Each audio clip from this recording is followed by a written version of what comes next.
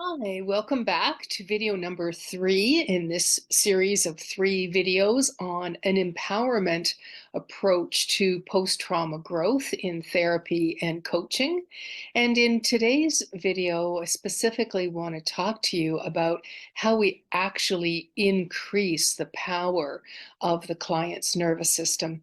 I'm Nancy Forster. I'm the founder, the executive director of the National Emotional Freedom Techniques Training Institute, NEFTY for short, where we train and mentor and certify therapists, coaches, wellness professionals, as well as those who feel the calling to enter those fields in this revolutionary approach that we call conscious emotional freedom techniques. So I'll say a little bit more about that at the tail end of our video today. Just a quick little recap of video number 1. Video number 1 was this historical romp that we took from not so long ago when the helping professions started to look at this topic of trauma, and starting off thinking that trauma was actually in the event itself, that anyone who experienced such and such type of event would have a trauma response to it. Pretty quickly going beyond that to understanding that trauma is actually in the body. It is in the way the person themselves is reacting to that particular experience of the event. And then now, revolutionary, we're just in this beautiful cutting edge of understanding in the deepest, most powerful way that trauma is an energy issue, that the experience of having a nervous system which has been necessary to move into its defense reactions, where it's perceiving danger, whether there is danger there or isn't danger there, the nervous system is perceiving danger and then moves itself into its defensive reactions, thank goodness. The challenge, though, is that in situations that are overwhelming, where the nervous system doesn't have the capacity to process all the information of that event, it will go deeply into its really strongest defensive reactions, but it's built to come out of those reactions back into this peaceful, gentle, pleasant place. Difficulty is in our culture and our society, we have trained people to think that those ways that a nervous system organically releases danger, releases this trauma response, we have trained ourselves to think that those are inappropriate and not to be done. So the way that the body naturally brings itself from a trauma response, a danger response, is by shaking, is perhaps by crying, it may be by shouting, uh, yawning, all kinds of ways that the body is built to do that. But we've been conditioned out of that, and therefore we end up in this chronic stuck place where the body is continuing to think there's danger here, there's danger here, there's danger here. And so it goes into its fight, flight, or its freeze responses, but stays stuck there. That's the real issue that we're talking about here. And staying stuck in a defensive response to life is what reduces the capacity of the nervous system to process information. It reduces the amount of available space, available capacity that any nervous system has, as that information is really sectioned off in a separate place in the body in order to protect the body. So trauma is not about events. It's not only about how the body is affected.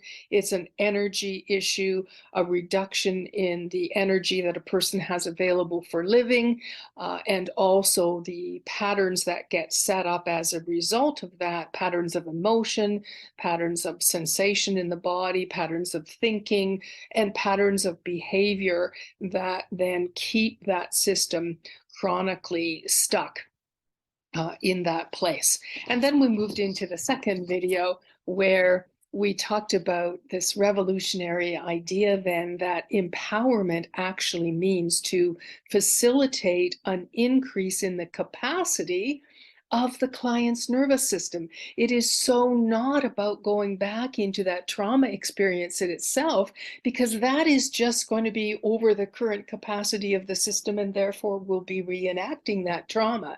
Instead, we need to really find our ways to facilitate growing the capacity of the system today, and then knowing that the incredible wisdom of the body will take it from there. If we can provide the conditions under which the capacity of the nervous system grows, then the body knows exactly what to do with that increased energy and will use that to then actually process the information that it previously didn't have the capacity to do. So that means that this post-trauma growth framework, meaning that the attention, the focus is on growing capacity of the nervous system and trust that the body then will be in a position to take care of itself as it was built to do. So the focus is on the post-trauma growth of capacity. And at the National EFT Training Institute here, we do that with our modality Conscious EFT, Conscious Emotional Freedom Technique, where our attention is on really safe and effective ways to increase the capacity of that system. And we used two metaphors that I hope are helpful to you. One being the idea of the trauma capsule, the information that the system couldn't process, it being like a rock in the bottom of a river. And the less water flow, the less capacity that river has, the more the influence of the rock is going to be on the ways, on the patterns in which the information slash energy slash water is moving through the river itself. And so if we can increase the capacity of that river, increase the water flow, the energy flow, then the trauma rocks will have less impact on that system, meaning the client will feel the impact less and less in their current life today. And the other metaphor I used was a personal experience of mine traveling on the ocean liner, the Queen Mary, which is a vessel that was built to withstand amazing intensities of activation in the form of huge big waves and swells, and understanding that this empowerment approach to building capacity of a client nervous system is like recognizing what kind of a vessel they're currently in. Are they in a canoe? Are they in a sailboat? Are they in a rowboat? Are they in a catamaran? But they're in the middle of the Atlantic Ocean in enormous swells of activation and intensity in their lives, and their vessel, their nervous system capacity, just isn't up for that job. Hence their experience of chaos and out of controlledness in their life. And so the goal of coaching or therapy, we call our coaching here at NEFTY emotional success coaching. It's not about just getting stuff done in the world. It's about who we are as we are wanting to do things in the world. So our goal is to then have the client, help the client experience life in a vessel, in a container, which is actually able to offer stability in the circumstances of their life that they're experiencing, and then eventually to build the capacity of that vessel so they can sail it off into waters that are even more interesting and more curious for them.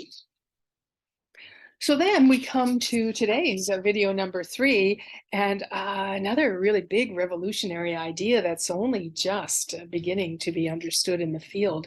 And that's this idea that the problem, as defined by the client, is not actually the problem. The problem is the lens, the glasses through which the client is seeing that problem.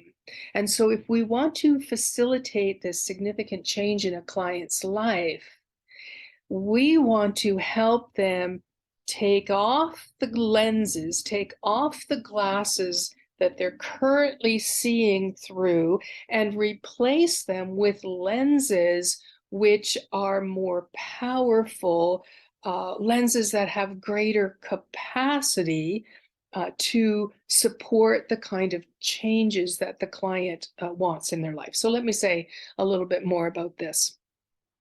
A client will typically enter the coaching or the therapy room with some level of dissatisfaction with their life.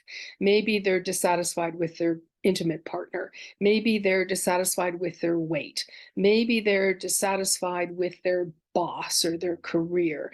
Maybe they're dissatisfied with their spiritual life. The lens through which they're looking at their life is one of dissatisfaction. It's a energetically heavy lens, meaning that the client's relationship with what they're calling the problem has a heavy energy to it. It has a cognitive, a thinking energy of limitation, that there's something wrong with the way things are. It has an emotional heaviness of guilt or resentment or shame or fear. It has a sensation, heaviness with some sort of unpleasant sensations in their body, if they actually have some capacity to feel their body. And then there's a behavioral heaviness as well, that they're actually choosing. They may not feel that they are making a choice, but they're actually choosing behaviors that are perpetuating the cycle of dissatisfaction. In other words, they're trying to maneuver their life in a vessel which is too small for them to be able to experience their life with a sense of pleasant, gentle curiosity. So the swells of their conditioning, the swells of their lenses, what's often called the trauma pull, their conditioning is one of there's something wrong here. There's a problem here and it has to be fixed. The only way I can be happy, the only way I can be satisfied is if I fix this problem. And oftentimes clients see the problem as themselves. If I fix myself, it's all about fixing.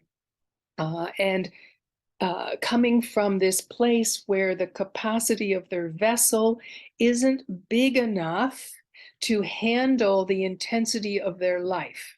Let me see if I can say that a different way. The vessel that they're currently running, the nervous system that they're currently running, sees threat in the problem and moves into a defensive reaction to that problem. And that is chaos, right, in the nervous system.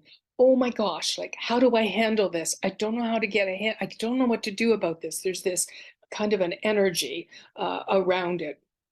And the challenge, of course, is as the practitioner, if they collude with that same lens that there's a problem here, this person needs to be fixed, there's an issue that needs to be managed in some different way. If the practitioner is colluding with that, they're wearing exactly the same lenses, and then they're trying to solve this problem of chaos with actually in a lens of chaos itself.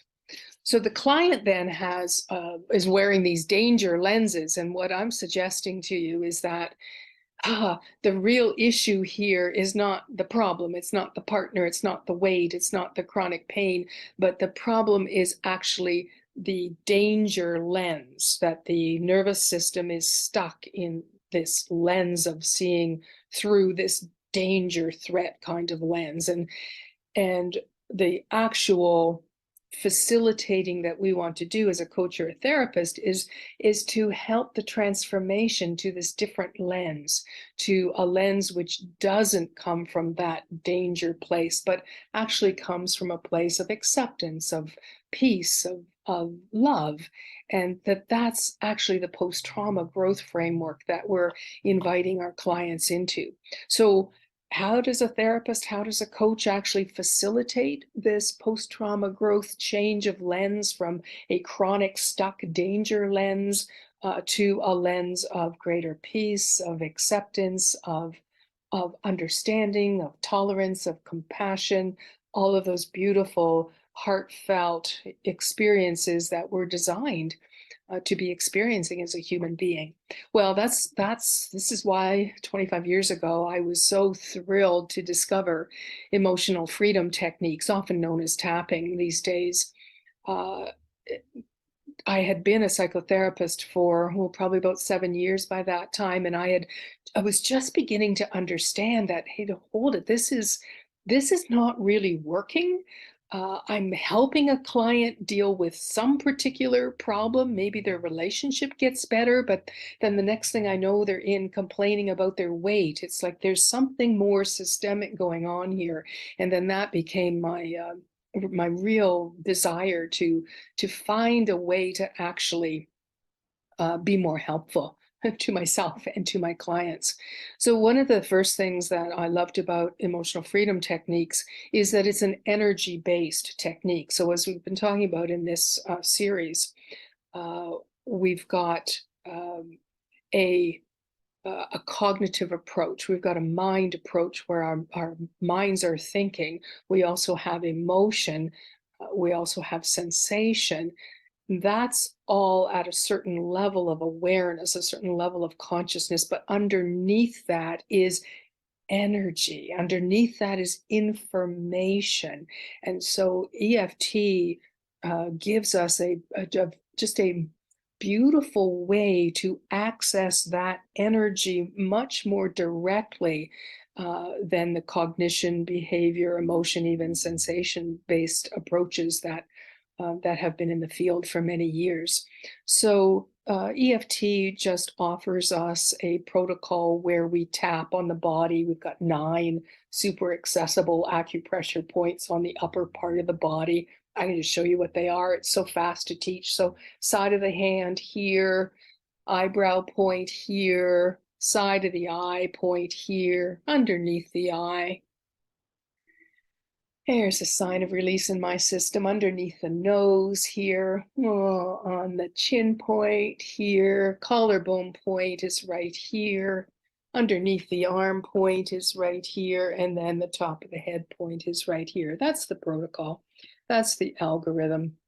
And then we just take an easy breath and tune into what's happening in the system. So that's the very, very basic EFT protocol. So much more to it than that, though. Um, and what's happening when we tap on those points is that we're actually sending chemical and energetic messages to the entire body, every cell of the body, but specifically to the emotional danger centers of the brain, the amygdala, hippocampus, et cetera, that are really scanning the environment continually to see whether it's safe or not. 25 years ago when I first introduced this, I was going on faith. I was going on my own experience of seeing how my nervous system was calming down, and things that were usually distressing to me were just kind of interesting. So I was going on my experience. I was going on the experience of other people who were early adopters. Now, of course, we have massive amounts of evidence, research evidence, high quality research evidence, as well as the structural brain functional MRIs, et cetera, that really show how this tapping protocol is making shifts in the structure and the functioning of the brain. The real power of emotional freedom techniques, and why, as a lifelong learner, I have never found anything which works as gently, as predictably, reliably, consistently, and easily as EFT does. But what my bringing to the field is about how EFT used in particular ways can help the client shift the danger lenses to the acceptance lenses, and literally transform the way they see the world, the way they see themselves, and therefore the experience that they have in the world. So what's called the setup phrase in EFT brings this lens of acceptance and love right into the work. So we have a setup phrase that just says, even though I have this issue, I'm willing to hold this with love and acceptance. So you see the different lens there, even though I have this issue. So we're not pretending that the issue isn't there. We're not pretending that the client uh, doesn't have the relationship they have with the issue, but it's both, and we're acknowledging that issue and we're saying, hey, what about maybe there's actually another way to see this? So even though I have this issue, I also have a willingness to hold this with love and acceptance. So it's an integrative approach. It's a both and approach where it subsumes the cognition, the behavioral, the emotion, the sensation, and so on, and just holds them all with this beautiful energy of acceptance. I also really, really appreciate about EFT and the both and the integration of this is the honoring of how it acknowledges thousands of years in the Eastern traditions of knowing the wisdom of the body and supporting the wisdom of the body, the whole acupuncture approach to things. That's been thousands and thousands of years of use in the East. And now the West is. There's a certain humility, I might say, certain humility that's coming out of the Western approaches to healing, which is beginning to go, this is not either or. It's not just our Western approaches. It really is an integration. And I think that that both and that's this transformational lens that I'm talking about, moving from the danger zone of either or thinking and experience into this both and approach onto life. So it's this beautiful whole person, mind, body, spirit approach. And it offers the practitioner that possibility as well. Oh, makes me want to cry when I say that, that the practitioner then gets to be in the work in their wholeness with nothing being held back, right? Not limited to just the academic, the intellectual training. You know, people doing this work, we're highly intelligent people, we're highly trained people, but boy, we can be so in our heads around this. And it's what EFT offered me throughout my years of using it, is this coming into my wholeness of a human being, where my heart can be in my work as well.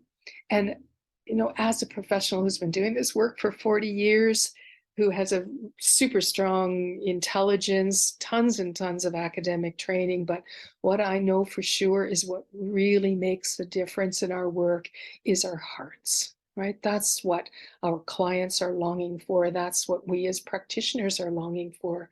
I know that from my own experience 30 some years ago, where my life, like, oh my gosh, I was definitely in a canoe in the middle of the Atlantic. I was just in chaos, in such chaos, and tried so many different approaches of people who were kind of laying on their training and, you know, talking at me about what was going to be healing for me. But then I found a person who did come with her heart and her spirit, her soul, her whole beingness, and she just guided me to find stability, you know, to get that little canoe into a stable place, and then introduced me to ways that I could actually build the capacity so that I could just sail in much more interesting waters.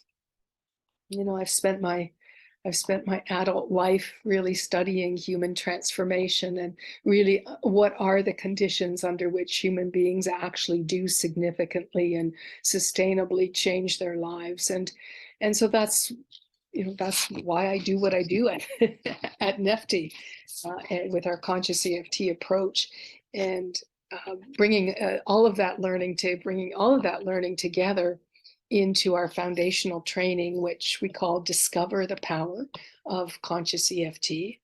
And it is a very small group experience. It's a virtual training. It's highly, highly experiential.